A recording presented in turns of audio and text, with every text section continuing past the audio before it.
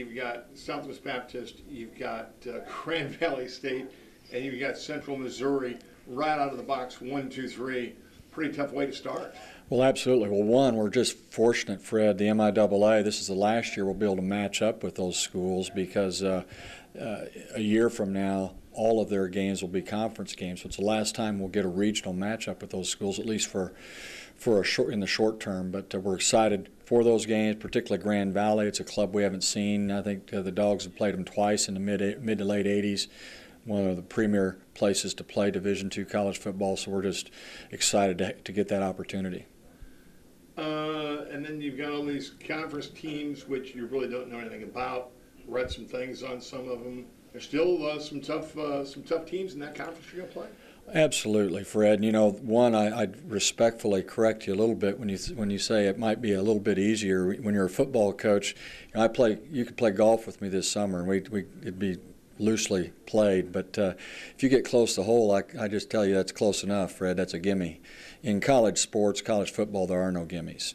You've got to be ready to compete every week, and we're excited as we move into the GLVC. Indianapolis, who won our conference a year ago, advanced, beat Midwestern State in the first round out of a Lone Star, and then played at the time Pueblo State out of Colorado, who was #1 ranked team in the country. A very tight ball game that Pueblo scored late to stretch out to a 28-7 win, but it was a tight ball game. So it's going to be a good, tough league, new rivalries, new places to go. We're tremendously excited moving forward. All starts with spring football, and it starts Monday. Let's talk about Conrad's your quarterback. We always go quarterback because that's always the marquee thing, because that's where we're going to start. I hate to do that, but that's where we're going to start. Conrad's coming back. Conrad's going to start. But this year, Conrad, besides starting, producing on the field, leadership will be key. Leadership will be key for him, won't it? It will, not only for Conrad, but our entire football team. And, you know, we're really excited, Fred. It's the first time since I've been back here we've had a multiple-year starter at the quarterback position. There's nothing like experience at all spots, but particularly there. You know, the kids here say all the time we want to be fast, decision-making football players at all positions, but there's nothing like a fast decision-making player at quarterback. And certainly Conrad had a good, solid first campaign, threw the ball extremely well at times, and at times put a little gray hair up here, and he'd be the first to tell you that. He'll show a big-time improvement, and will be not just a good player, but a fantastic leader for us. You're going to want to run the ball in those running back spots. Could be some battles there, huh? There will be. We'll take the wraps off. We recruited 3 freshmen a year ago. We redshirted 2 of them. We took the red shirt off of A.J. Hartfield. You saw him a little bit from Fort Worth, Texas. We've got Chris Jackson from over in Macomb, Illinois, who ran for over 2,000 yards over there his senior year, and Jesse Jenkins from San Antonio, Texas. And Trey Millender's going to stick around with a medical hardship, and we're actually going to piddle around with Trey in the backfield a little bit. You know, he led the MIAA in kickoff returns 2 years ago, and we think maybe he can affect a little more positive change in the outcome in terms of winning and losing. And then you've got some kid named Garrett White, who ran for 600-some yards and was an academic all-region, a prerequisite to be an academic all-American, that had a very, very solid year in his first year really of playing this spot for us. Another place we could have some battles, defensive back. Absolutely. Well, it's we graduated out the entire secondary, so we hope we have some battles. Certainly have a lot of jobs open. There's no question about that, and we're excited about turning it over to some new kids. There's nothing like youth. There's nothing like enthusiasm, and these kids are tremendously excited about their time. It's what they do all this stuff for. It. We're working at 6 a.m. in the morning here on Tuesday and Thursday mornings in 15-degree and 12 and 13-degree weather the last couple of weeks. So they're excited to get through that portion and get out on the field and actually begin to play some football.